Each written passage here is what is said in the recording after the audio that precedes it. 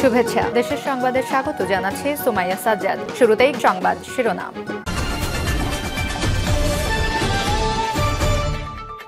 দেশে বিরাজনীতিকরণের প্রয়াস চলছে বলছেন রুহুল কবির রিজভী। এরপর জানিয়ে দেব খুব দ্রুত নির্বাচনের ব্যবস্থা হবে আশা মির্জা ফখরুল ইসলাম আলমগীরের। আরো জানিয়ে দেব রাষ্ট্র গঠনের দ্বিতীয় সুযোগ কাজে লাগানোর আহ্বান আসিফ নজরুলের। এদিকে প্রতি বিপ্লব করার ক্ষমতা আওয়ামী লীগের নেই বলছেন মাহবুব উদ্দিন খোকন। আরো থাকছে বাংলাদেশ ভারত সম্পর্ক নিয়ে লোকসভায় যা বলেন জয়শঙ্কর। এবং সর্বশেষ জানিয়ে দেব ভারতীয় সংবিধান লঙ্ঘন করে মোদী সরকার খুনি হাসিনাকে আশ্রয় দিয়েছে বলছেন ডক্টর মাসুদ। শিরোনাম শুনলেন, এখন বিস্তারিত। তবে তার আগে ভিডিওটিতে একটি লাইক কমেন্ট শেয়ার করে সবাইকে দেখার সুযোগ করে দিতে বিশেষ অনুরোধ রইল। দেশে বিরাজনীতিকরণের প্রয়াস চলছে বলছেন রুহুল কবির রিজভী। দেশে বিরাজনীতিকরণের প্রয়াস চলছে বলে মন্তব্য করেছেন বিএনপি সিনিয়র যুগ্ম মহাসচিব রুহুল কবির রিজভী। তিনি বলেন, সংস্কার নিয়ে রাজনীতিবিদদের উদ্দেশ্য অন্তর্বর্তী সরকারের একজন উপদেষ্টা গতকাল যে বক্তব্য দিয়েছেন তা বিরাজনীতিকরণের একটি প্রয়াস। রিজভী বলেন, পৃথিবীতে যত সংস্কার হয়েছে তা রাজনীতিবিদরা করেছেন। শনিবার সকালে রাজধানী মিরপুরে শহীদ বুদ্ধিজীবী দিবস উপলক্ষে জাতির শ্রেষ্ঠ সন্তানদের প্রতি শ্রদ্ধা নিবেদন শেষে তিনি সাংবাদিকদের এসব কথা বলেন। খুব দ্রুত নির্বাচনের ব্যবস্থা হবে আশা মির্জা ফখরুল ইসলাম আলমগীরের। বিএনপির মহাসচিব মির্জা ফখরুল ইসলাম আলমগীর বলেছেন, আশা করছি খুব দ্রুত জনগণের ইচ্ছা অনুযায়ী একটি নির্বাচনের ব্যবস্থা হবে। একটি অবাধ, সুষ্ঠু ও নিরপেক্ষ নির্বাচনের মধ্য দিয়ে জনগণ তাদের প্রতিনিধি নির্বাচন করার সুযোগ পাবে। শনিবার 14 ডিসেম্বর সকালে মিরপুরে শহীদ বুদ্ধিজীবী স্মৃতিসৌধে শহীদদের প্রতি শ্রদ্ধা নিবেদন শেষে তিনি সাংবাদিকদের এসব কথা বলেন। তিনি বলেন, ৩৬ জুলাই বা ৫ আগস্ট ফ্যাসিস্ট শক্তিকে পরাজিত করে নতুন সুযোগ সৃষ্টি করেছে। এই সুযোগের সর্বোত্তম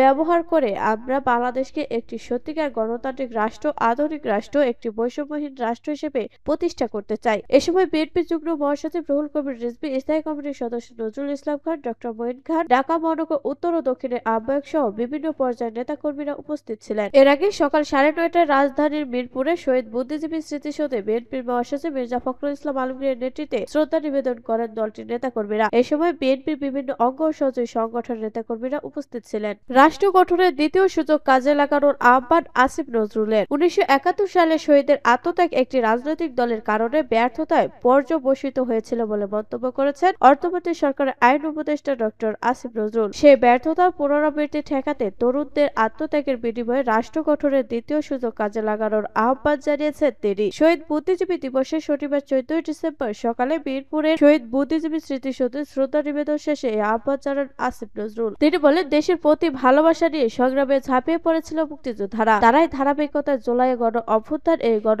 অভ্যুত্থানে দেখেছি ছাত্ররা জীবনের মায়া ত্যাগ করে গণতন্ত্র, মানুষের অধিকার, বৈষম্যহীন সমাজ প্রতিষ্ঠার জন্য জীবন দিয়েছে। আজ এই শহীদ বুদ্ধিজীবী স্মৃতিসৌধে এসে তাদের কথা মনে পড়েছে। এই উপদেষ্টা বলেন, ১৯৭১ সালে বহু মানুষের, বহু শহীদদের আত্মত্যাগের পর আমরা স্বপ্নের বাংলাদেশ গড়তে ব্যর্থ হয়েছিলাম। এক ধরনের মানসিকতার জন্য, একটা দলের ব্যর্থতার জন্য, সেই ব্যর্থতায় যেন পুনরাবৃত্তি না হয়, তরুণদের আত্মত্যাগের বিনিময়ে রাষ্ট্র গঠনের দ্বিতীয় সুযোগ আমরা পেয়েছি। সেই সুযোগ যেন আমরা কোনোভাবে নষ্ট না করি। বুদ্ধিজীবী দিবসে এটাই আমাদের কাম্য।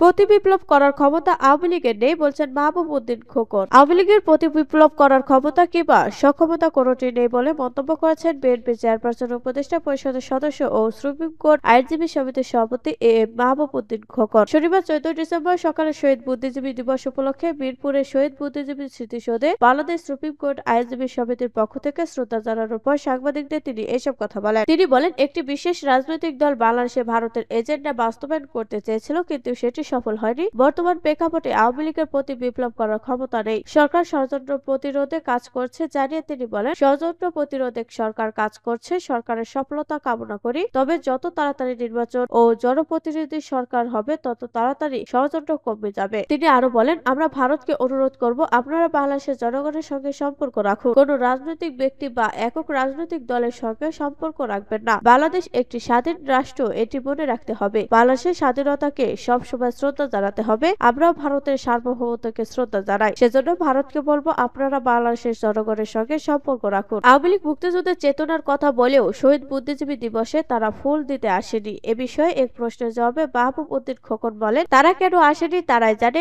আওয়ামী লীগকে তো দল হিসেবে নিষিদ্ধ করা হয়নি, তাদেরকে কার্যক্রম বন্ধ করা হয়নি এবং আওয়ামী লীগের কোনো নেতাকর্মীকেও বলা হয়নি আপনি পালিয়ে যান। আসলে বাংলাদেশ থেকে তারা 15 বছর গণতন্ত্র ও মানবাধিকারের বিরুদ্ধে কাজ করেছে, রাষ্ট্রীয় সম্পদ লুটপাট করেছে, যার কারণে গণ অভ্যুত্থানের পর ভীত হয়ে তাদের দলীয় প্রধান দেশ ছেড়ে পালিয়ে গেছে। তারা তো নেতা ও মন্ত্রী ছিল, তারা যদি সৎ হয় তাহলে এই পরিস্থিতির সম্মুখীন হতে পারত, কিন্তু তারা এটি না করে বেআইনিভাবে ভারত পালিয়ে গিয়েছে। বাংলাদেশ ভারত সম্পর্ক নিয়ে লোকসভায় যা বলেন জয়শঙ্কর। ভারতের লোকসভায় উঠে এলো বাংলাদেশ প্রসঙ্গ। শুক্রবার কংগ্রেস সংসদ সদস্য মনীষ তিওয়ারির প্রশ্নের জবাবে দেশটির পররাষ্ট্রমন্ত্রী এস শঙ্কর ভারতের পররাষ্ট্রনীতি নিয়ে কথা বলেন। এই সময় প্রতিবেশী বাংলাদেশের সঙ্গে ভারতের সম্পর্কের বিষয়টিও আলোচনায় আসে। জয়শঙ্কর বলেন, বাংলাদেশের সঙ্গে ভারতের বিভিন্ন উন্নয়নমূলক কর্মকাণ্ডের অংশীদারিত্ব রয়েছে, তবে সেখানে সম্প্রতি উদ্বেগের সৃষ্টি হয়েছে বিশেষ করে সংখ্যালঘুদের নিয়ে। তিনি বলেন, আমাদের প্রত্যাশা বাংলাদেশের পরবর্তীত ব্যবস্থার সঙ্গে আমরা পারস্পরিক উপকারী এবং সৃষ্টিশীলতা সম্পর্কে আসতে পারব। বাংলাদেশের সংখ্যালঘু ইস্যুতে ভারতের পক্ষ থেকে ধারাবাহিকভাবে উদ্বেগ জানানো হয়েছে বলে উল্লেখ করেন জয়শঙ্কর। তিনি বলেন, সাম্প্রতিক কূটনৈতিক তৎপরতা, বিশেষ করে ভারতের পররাষ্ট্র সচিবের ঢাকা সফরের সময়ও বিষয়টি তুলে ধরা হয়েছে। জয়শঙ্কর বলেন, আমাদের প্রত্যাশা যে নিজেদের স্বার্থের বাংলাদেশ সংখ্যালঘুদের নিরাপত্তার যথাযথ ব্যবস্থা নেবে।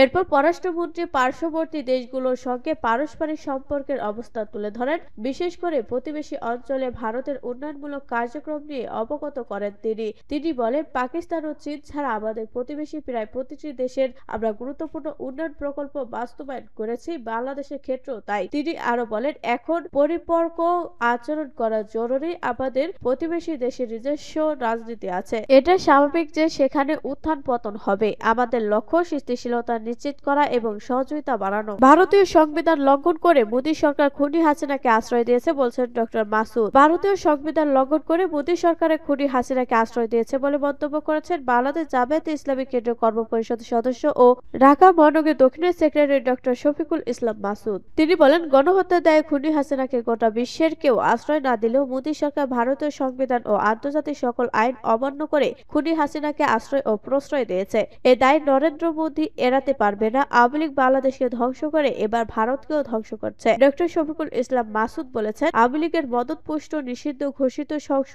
সন্ত্রাসী সংগঠন ছাত্রলীগ বাংলাদেশে ধর্ষণের সেঞ্চুরি করে মিষ্টি বিতরণ করেছে। সেই আওয়ামী লীগের 4 নেতা ভারতে গিয়ে ধর্ষণ করে পুলিশের হাতে আটক হয়েছে। ভারতীয় নাগরিকদের উচিত ভারত থেকে খুনি হাসিনা সহ আওয়ামী লীগের পলাতক সন্ত্রাসীদের বের করতে সরকারকে বাধ্য করা। তিনি আরো বলেন, যারা ভোগের রাজনীতি করে তারা শাসক হয়, যারা ত্যাগের রাজনীতি করে তারা সেবক হয়। বাংলাদেশ জামায়াতে ইসলামী ত্যাগের রাজনীতি করে সেজন্য জনগণের সেবকের ভূমিকা পালন করছে। জামায়াতে ইসলামী রাষ্ট্র পরিচালনার দায়িত্ব পেলে শাসক হবে না, সেবক হয়ে জনগণের জান ও মালের নিরাপত্তা নিশ্চয়তা প্রদান করবে। জনগণের প্রত্যাশিত বৈষম্যমুক্ত কল্যাণ, মানবিক আদর্শ ও সুধী সমৃদ্ধ বাংলাদেশ গড়বে জামায়াতে ইসলামী। ওমরের মতো শাসকের জন্য ওমরের জনগোষ্ঠীর প্রয়োজন উল্লেখ করে তিনি বলেন, জামায়াতে ইসলামী সেই জনগোষ্ঠীর তৈরি কাজ করছে। জামায়াতে ইসলামী রয়েছে চিরত্রিবান আদর্শ, সৎ ও আল্লাহ ভীরু নেতৃত্ব। যারা আল্লাহকে ভয় পায় তারা জনগণের সম্পদ লুট করে না, করতে পারে না। জামায়াতে ইসলামী 2 জন মন্ত্রী 3টি মন্ত্রণালয়ে দায়িত্ব পালন করে এবং বহু এমপি তাদের দায়িত্ব পালনের মধ্য দিয়ে নিজেদের স্বাধীনতা, সততা, যোগ্যতা ও দক্ষতার পরিচয় দিয়েছে। যাদের বিরুদ্ধে দুর্নীতির প্রমাণ তো দূরের কথা,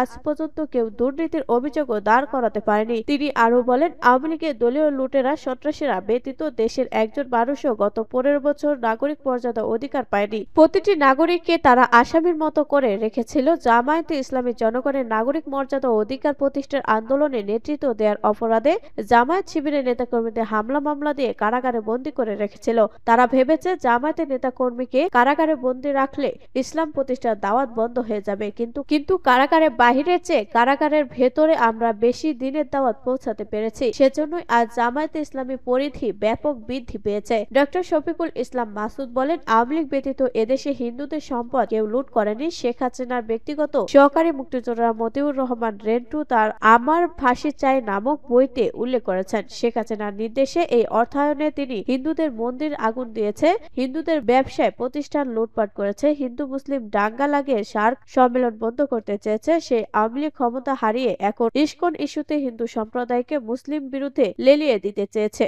অথচ জামায়াতে ইসলামীর নেতৃত্ব এদেশের মুসল্লিরা হিন্দুদের মন্দির পাহারা দিয়েছে। যে কোনো দুর্যোগ দুর্দিনে জামায়াতে ইসলামী হিন্দুদের পাশে ছিল, আছে এবং থাকবে উল্লেখ করে তিনি বলেন, হিন্দু সম্প্রদায়ের লোকজনকে উদ্দেশ্য করে বলেন, আওয়ামী লীগের ফাঁদে পা দেবেন না। আমাদের সাম্প্রদায়িক সম্প্রতি অটুট আছে এবং থাকবে। আওয়ামী লীগের মতো জামায়াতে ইসলামী ক্ষমতায় গেলে কাউকে সংখ্যালঘু বানিয়ে রাখবে না। জামায়াতে ইসলামী দেশের প্রতিটি নাগরিককে নাগরিক হিসেবে মূল্যায়ন করবে এবং নাগরিক হিসেবে প্রাপ্য সম্মান ও অধিকার সকলের সমানভাবে ভোগ করবে। তাই নতুন বাংলাদেশ গড়তে তিনি দলমত ধর্ম বর্ণ নির্বিশেষে জামায়াতে ইসলামীকে সমর্থন দিতে আহ্বান জানান।